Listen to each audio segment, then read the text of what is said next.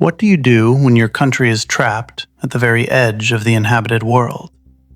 For an entire century, Australia has lived as a hostage to its own geography. Any flight to Europe or America turned into an exhausting marathon with mandatory stopovers on foreign soil. But in April 2027, Sydney begins an operation to completely hack global logistics. This is not just the launch of a new route, it is an entire nation's attempt to physically erase the distance to the world's major economic centers, even if that means building a flying tank of kerosene, operating at the very edge of what is possible. Imagine forcing a standard passenger jet to stay airborne for nearly a full day, stretching its journey across 22 hours of continuous flight. It sounds like a radical gamble, an absolute absurdity to ask a single airplane to conquer the massive gap between Sydney and London, or Sydney and New York, in one desperate leap. This is the reality of Project Sunrise, Australia's revolutionary plan to destroy the traditional stopover system forever. Qantas is trying to completely rewire how an entire continent connects to the planet by creating a non-stop, long-haul network directly from the East Coast. But turning this dream into a physical reality has forced the airline into a brutal battle against time and manufacturing delays.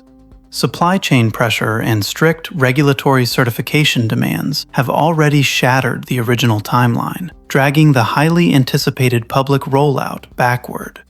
To bypass the typical hubs in Asia or the Middle East, engineers had to completely redesign the hardware from the inside out.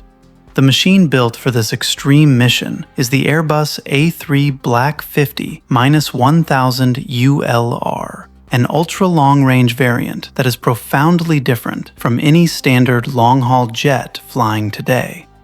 To push this aircraft toward an incredible 10,000 nautical miles of capability, Airbus had to execute a radical engineering modification.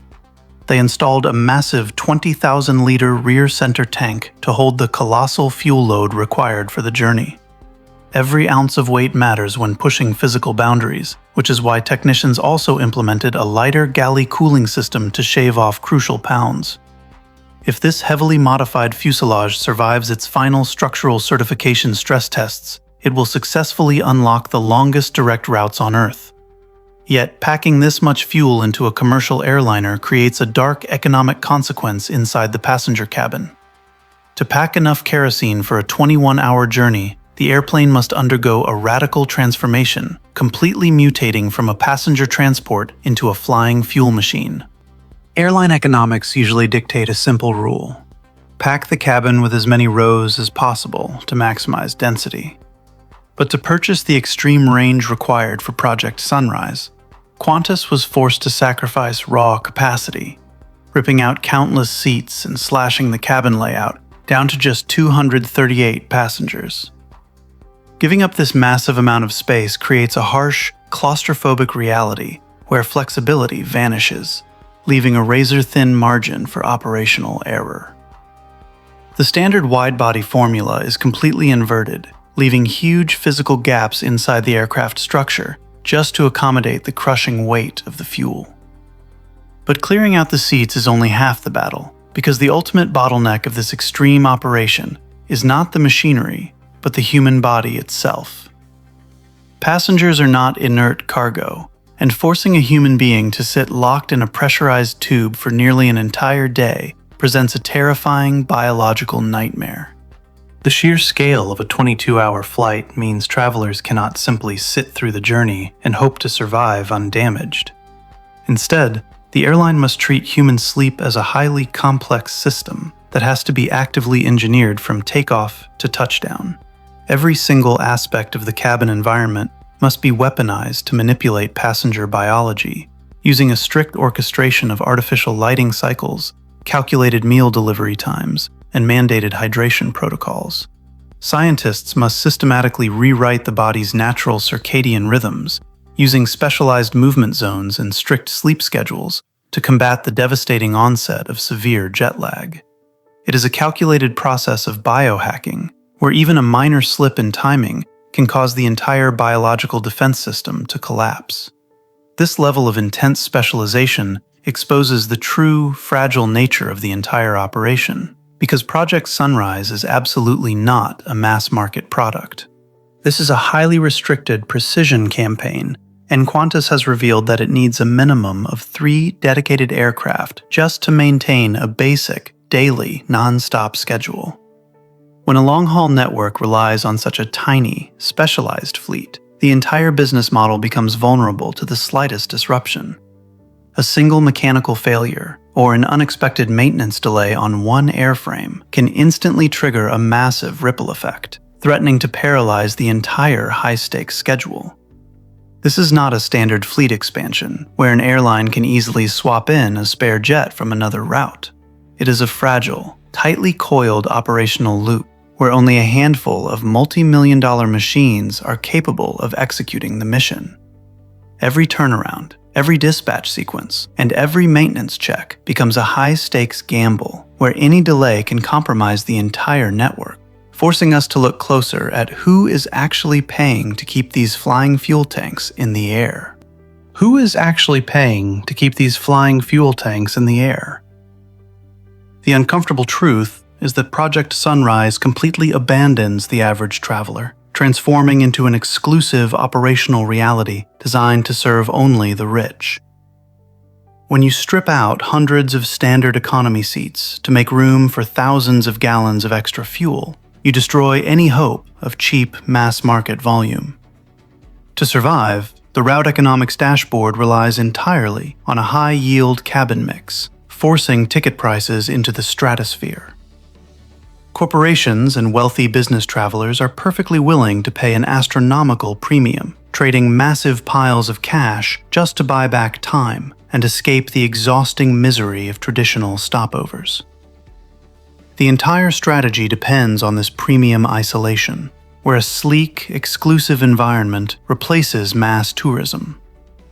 Quiet lounges, premium boarding lanes, and expensive first-class suites are not luxury upgrades here.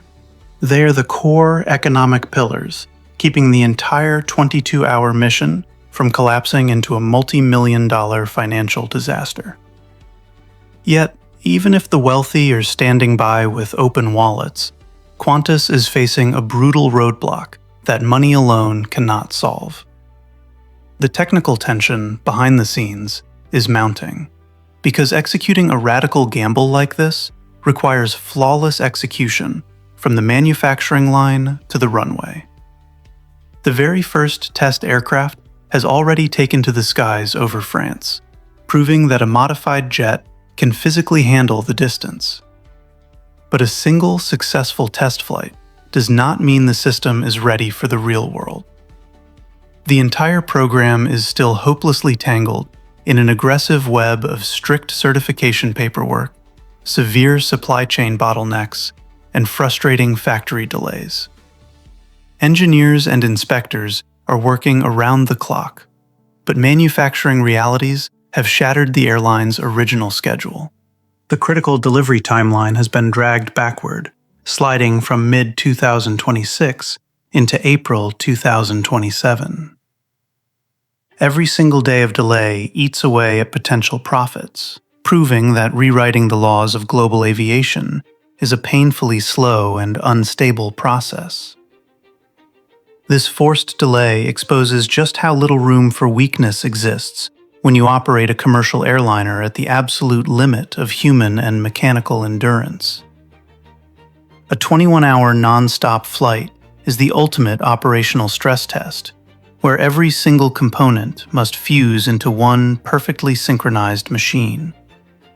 You cannot treat crew rest, maintenance checks, passenger sleep, catering, cabin airflow, and fuel systems as separate logistics.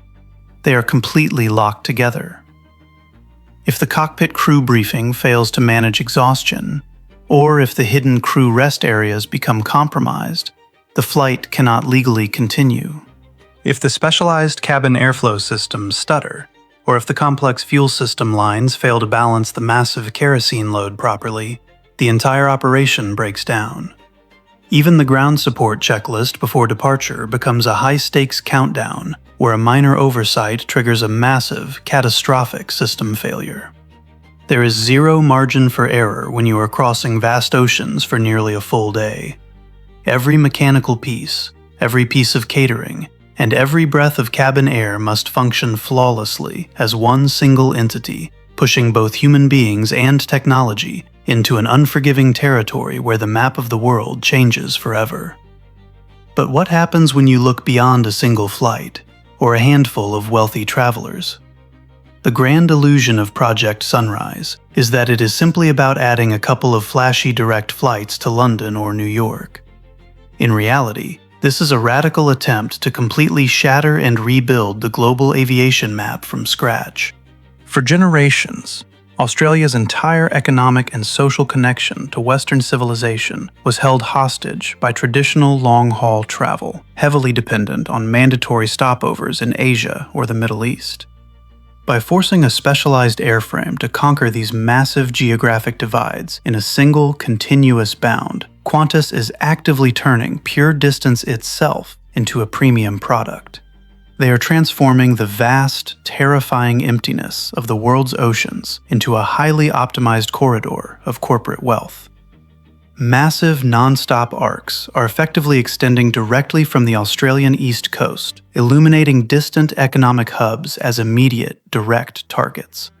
The exhausting layovers and crowded transfer terminals that once defined travel to the far side of the planet are fading into the background, permanently replaced by a direct bridge to the future. This massive geographical shift brings us to the ultimate thesis of this entire operation. This brutal 21-hour journey is far more than a marketing stunt. It is the most intense, multi-dimensional stress test ever forced upon commercial aviation.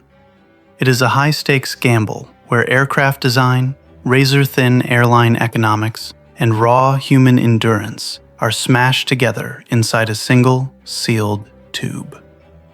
The entire concept functions as a delicate, terrifying balancing act that can succeed only if the airline can continuously strip the machine down to its absolute essentials, without completely destroying the passenger experience or fracturing the business case. Engineers must perpetually balance the weight of thousands of gallons of kerosene against the biological tolerance of a human being locked in a pressurized cabin for nearly a day. If they add too many luxury features, the plane becomes too heavy to lift the necessary fuel. If they cut costs too aggressively or crowd the passengers, the biological strain on the human body becomes completely unbearable. Every single departure becomes a profound psychological journey as the aircraft climbs steadily into the dark night sky, leaving a silent trail of logistics in its wake. Inside the darkened cabin, the dimmed lighting mimics the natural passage of time, desperately trying to trick the brains of exhausted travelers resting in their seats.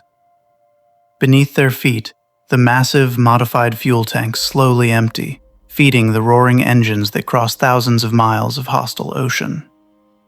This is the raw operational reality of a flying tank of kerosene, running right at the edge of physical reality. The entire system is pushed to its absolute limit, waiting to see if a commercial airliner can truly bend the laws of aviation economics far enough to sustain a 22-hour flight, day after day. As the dark ocean gives way to a clean exterior sunrise, the weary passengers catch their first glimpse of a world where distance has been conquered. Whether this radical experiment becomes the new standard for global travel or remains an expensive, specialized niche, one truth is undeniable.